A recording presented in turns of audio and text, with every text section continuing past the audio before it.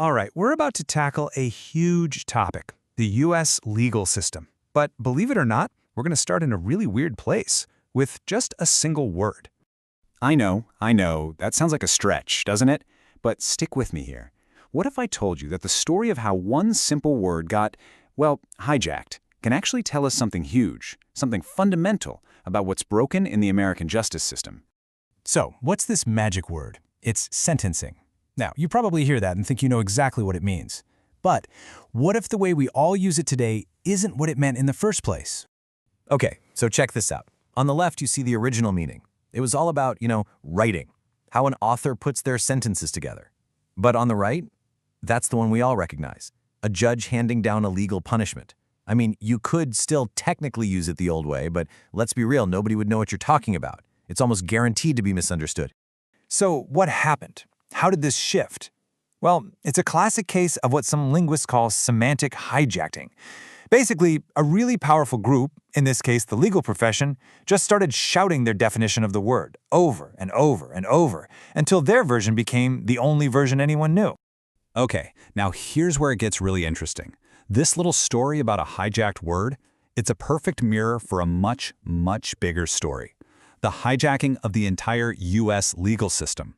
And it wasn't hijacked by a person or a conspiracy. It was hijacked by its own crushing, overwhelming complexity. Think about it. The whole point of law is supposed to be creating simple, predictable rules for society to follow, right? It's meant to create order.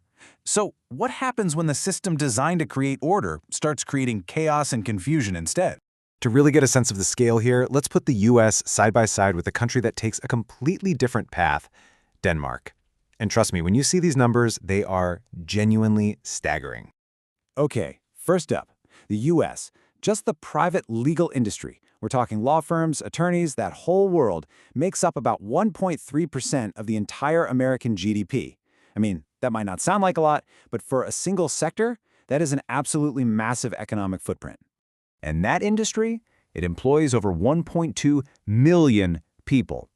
And just to be clear, that's only the private sector. We're not even counting judges or public defenders or prosecutors or anyone in the prison system yet. Just private legal services.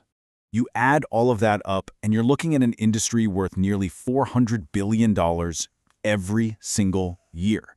It's not just a system, it's a commercial behemoth.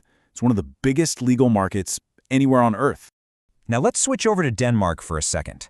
Their entire public justice system, courts, prosecutors, the whole shebang, takes up just 0.17% of their GDP. Let that sink in. The U.S. private legal sector alone is nearly 8 times bigger than Denmark's entire public system. The scale is just off the charts. This little table really puts it all into sharp relief. Just look at the employment numbers. Over 1 million people in the U.S. legal world compared to maybe 12,000 or so in Denmark's private firms. And this gets to the heart of it, right? The U.S. system is basically a giant, private, adversarial market. Denmark's is a much smaller public and administrative system. 2 totally different philosophies. So, you have to ask yourself, what happens when an industry gets this big? Well, it doesn't just exist in a vacuum, right? It creates these enormous, often hidden costs. It actually starts to change the very fabric of how society works. The philosophy that drives the U.S. system, you could call it adversarial maximalism. Basically, everything is treated like an all-out battle. It's not always about finding the truth. It's about winning the fight. And often, winning means you were just better at playing the game and navigating the incredibly complex rules. And that philosophy has very real, very serious consequences. In a system like this, it's not always the truth that wins. It's cleverness, it's stamina, who can last the longest, and let's be honest, it's money. Deep pockets get rewarded way more often than simple justice. Litigation stops being about right and wrong and becomes an economic weapon. You can literally sue a smaller competitor into oblivion. And that fear, that constant fear of being sued, it can completely stifle innovation before an idea even gets off the ground. I love this quote because it just nails the core problem perfectly. Law is supposed to be a form of compression. You know, a simple rule that stops millions of people from having to argue about the same thing over and over. But in the US, it's become the exact opposite. It's become decompression. It's a 300-page document designed so we can argue about it forever. But here's the real kicker. This is where the system's failure becomes truly dangerous. All of this complexity, all of this process, it's created a situation where the biggest, most important, most systemic crimes have become functionally impossible to prosecute. This really gets at the difference between the rule of law, that ideal we all believe in, where the law applies equally to everyone, and what we actually have, which is more like the rule of process. It's a world where just navigating the maze is all that matters. And when the process itself is the punishment, well then, finding justice isn't really the goal anymore, is it? Think about it. If you're powerful and have enough money, the process itself becomes your greatest weapon. You can bury your opponent in paperwork. You can file endless motions, endless appeals. You can drag a case out for 10 years or more. And by the time it's all over, witnesses have disappeared, memories have faded, companies have restructured, and the public has completely moved on. Time itself becomes a shield for the powerful. Justice might be technically possible, but it's become operationally impossible.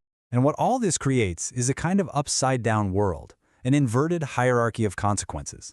Down at the bottom for ordinary citizens, the consequences for breaking the law are incredibly high. They're swift, they're severe. But the higher you climb that ladder of power, to corporate executives, to top policymakers, the consequences get smaller and smaller, until they're basically zero. There's just no real accountability.